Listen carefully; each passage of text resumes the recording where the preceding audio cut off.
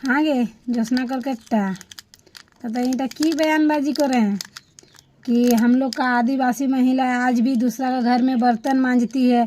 कुर्मी घर का महिला जाएगी कोई बर्तन मांज ले, वो लोग अपना सब्जी बेचती है, सब्जी करती है।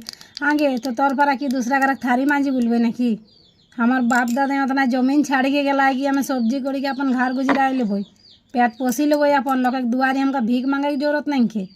तन जे ई जे बयानबाजी करे हैं तो बड़ो बड़ो तो सच्चा दूगो शब्द अच्छा सिखाई दी ना अपन लोग गिला के जे काम देते बिना मतलब का 300 टाका गाड़ी में भाड़ा करी के जे यहाँ वहाँ बुलाई के टाइमटा बर्बाद करो उसी काम काज छाड़ी के जे घुरी बुलो तोर पेची तो तोरा शर्म नहीं लगो थोड़ा सा भी? बिना मतलब का कुर्मी खिलाफ आ जयराम में खिलाफ भड़काए लगोला सी। जयराम मातो मुर्दाबाद, कुर्मी होश में आ तो कुर्मी बेहोश थोड़ी आ जाते होश में होशे आवे तो जरूरत तोड़ा हो।